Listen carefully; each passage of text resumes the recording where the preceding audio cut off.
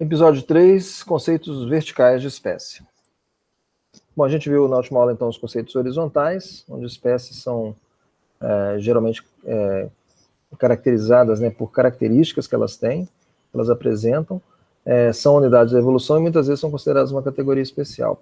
Agora a gente vai ver os conceitos que o livro considera como verticais, certo? Ou chamaria de temporais. Os horizontais são atemporais e os verticais são temporais.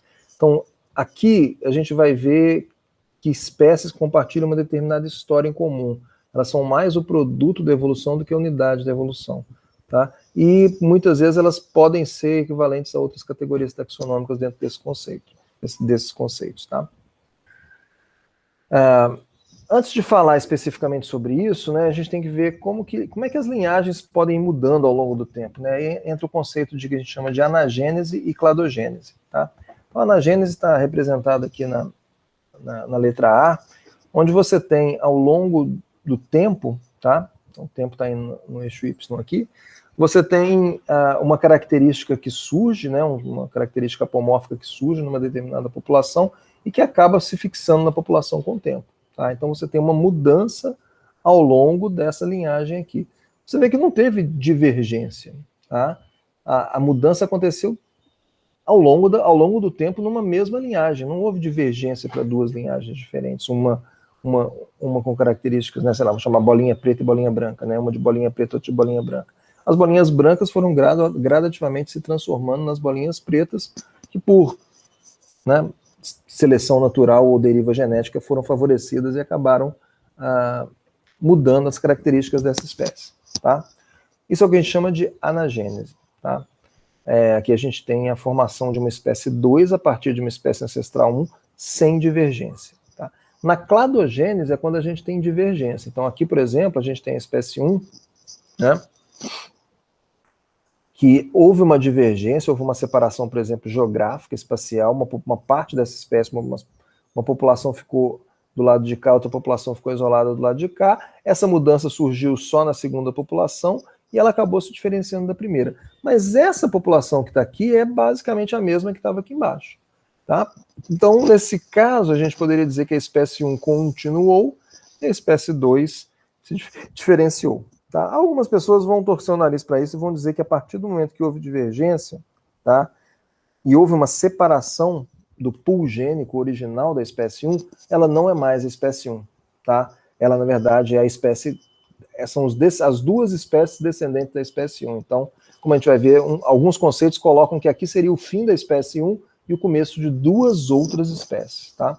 Que é o caso que está sendo mostrado aqui. Tá? Mas, assim, é o caso mais ou menos. Né? Aqui, nesse caso, a população que ficou nessa linhagem da esquerda aqui, ela acabou se diferenciando por outras características diferentes da população que se diferenciou para o lado de cá e diferentes da população ancestral também. Tá? Então, a população ancestral, que era predominantemente de bolinhas brancas, passou a ter bolinha cinza para a espécie 2 e bolinha preta na espécie 3. Então, a espécie 2 e 3 são diferentes da espécie 1, que é a espécie ancestral. Tá? Seria um contraponto a essa ideia aqui de que a mesma espécie continua. Tá? Como eu falei, algumas pessoas vão torcer o nariz para isso, algumas pessoas vão torcer o nariz para isso também. Tá? Alguns autores vão dizer que não existe anagênese, que anagênese são mudanças dentro de uma mesma espécie e que elas não levam à especiação.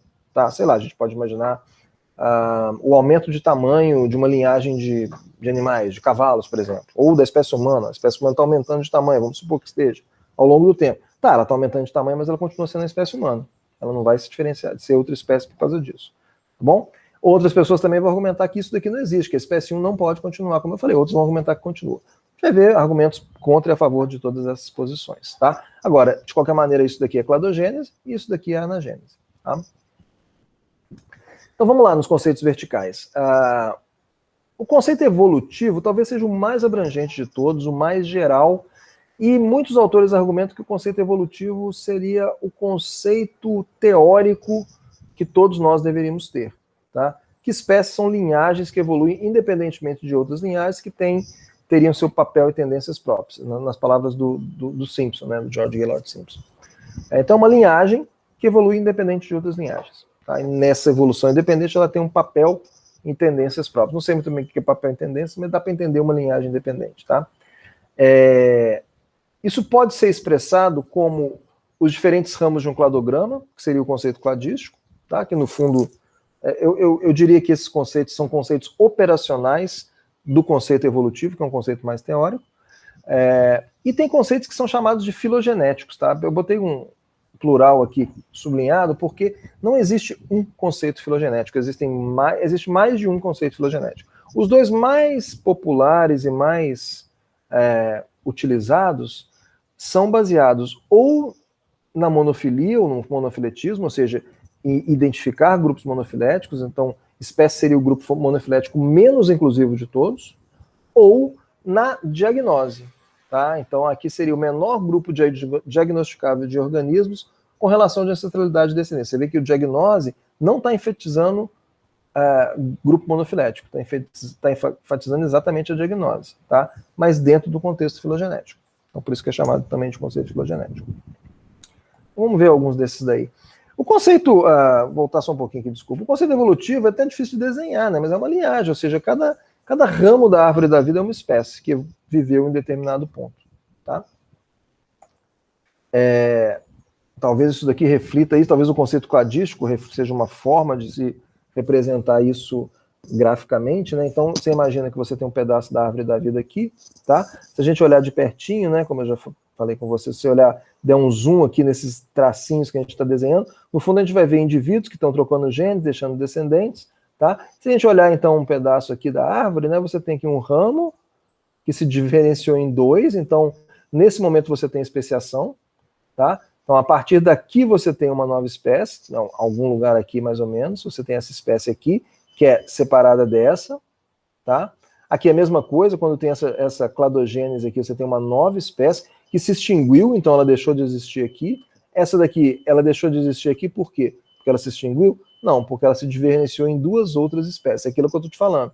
Para esses autores, a partir do momento que existe a cladogênese, você tem duas espécies diferentes da ancestral.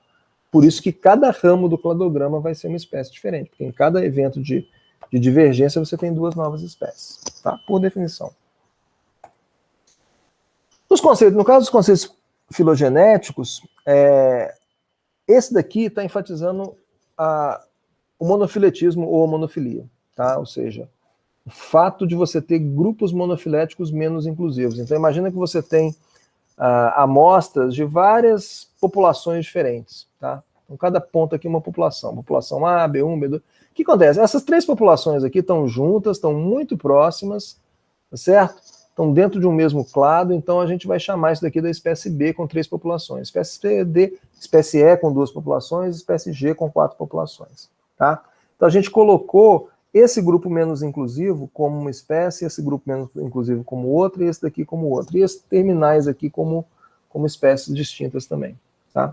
O problema é o seguinte, né? Por que nós não agrupamos também C e D como sendo da mesma espécie? Por que eu dei duas espécies diferentes para C e D? Bom, olhando para essa árvore, talvez pelo grau de divergência de C e D. Tá? Você vê que C e D tem uma divergência, né, grande, né, quase tanto quanto então assim, supondo que o comprimento dos anos aqui está significando alguma coisa, C e D, então, talvez merecesse ser espécies distintas, apesar de eles serem irmãos. Porque, no fundo, C e D formam um clado, CDE forma outro clado, poderia ser CDE da mesma espécie, poderia ser BCDE das mesmas espécies, poderia ser ABCDE da mesma espécie e FG de outra espécie. Poderia. E esse que é o problema, essa que é a dificuldade com o conceito de espécie monofilética. Você precisa de algum outro parâmetro para dizer aonde que você vai dar esse corte. Tá? Por que eu vou chamar de uma espécie diferente de C e D se ela é irmã de C e D? Tá? Por que eu não chamo isso de uma espécie só? Você tem que ter um outro parâmetro. Tá? Essa daqui é a visão do Hennig, que é muito interessante, é bem legal a gente ver isso daí. O que ele tem?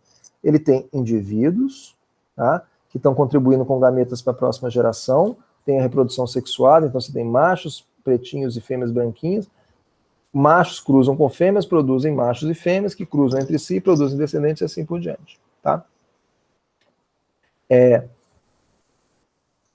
Essas relações entre indivíduos de uma mesma espécie, tá, as relações que você tem de fluxo gênico, de deriva genética, principalmente esse fluxo de informação de uma geração para outra dentro de uma espécie, é o que o Hennig chamou de relações tocogenéticas.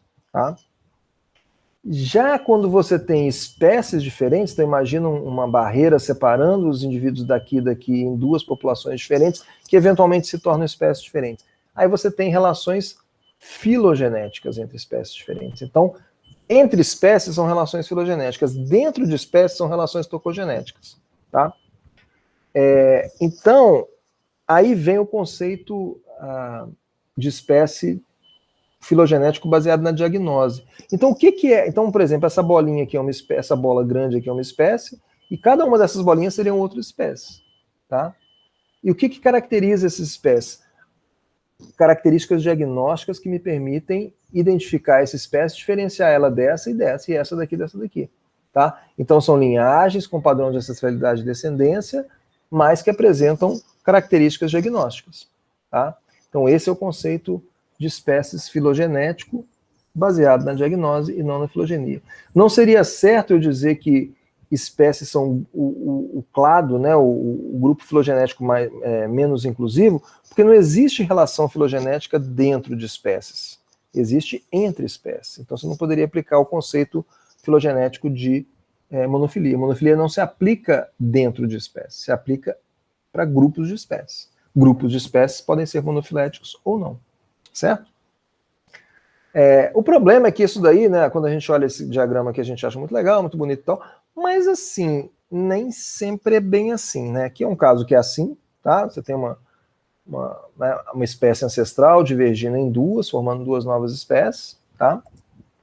Mas o negócio é meio complicado, né? No mundo real, esse daqui não é nem um mundo real, isso daqui é só um mundo artificial mais complicado, onde você tem uma população inicial aqui, que começa a se divergir aqui nessa geração, que vai expandindo e divergindo, né? Então tem umas coisas, por exemplo, A, que são essas daqui, e J, que é todo o resto, tá? Se separaram cá embaixo, ó, desde aqui que estão separados, ó, A e J.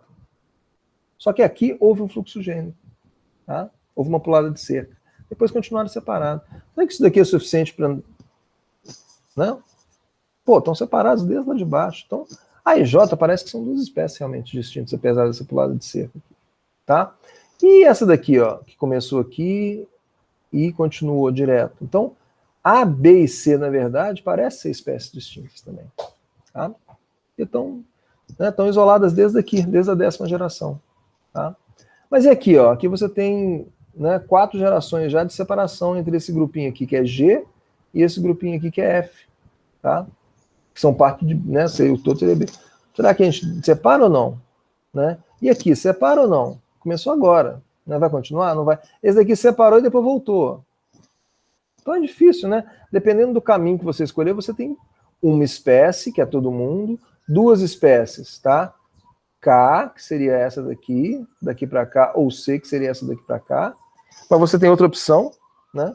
Que é você ter J, que é essa que vai daqui até aqui como uma espécie, e A, que seria de cá.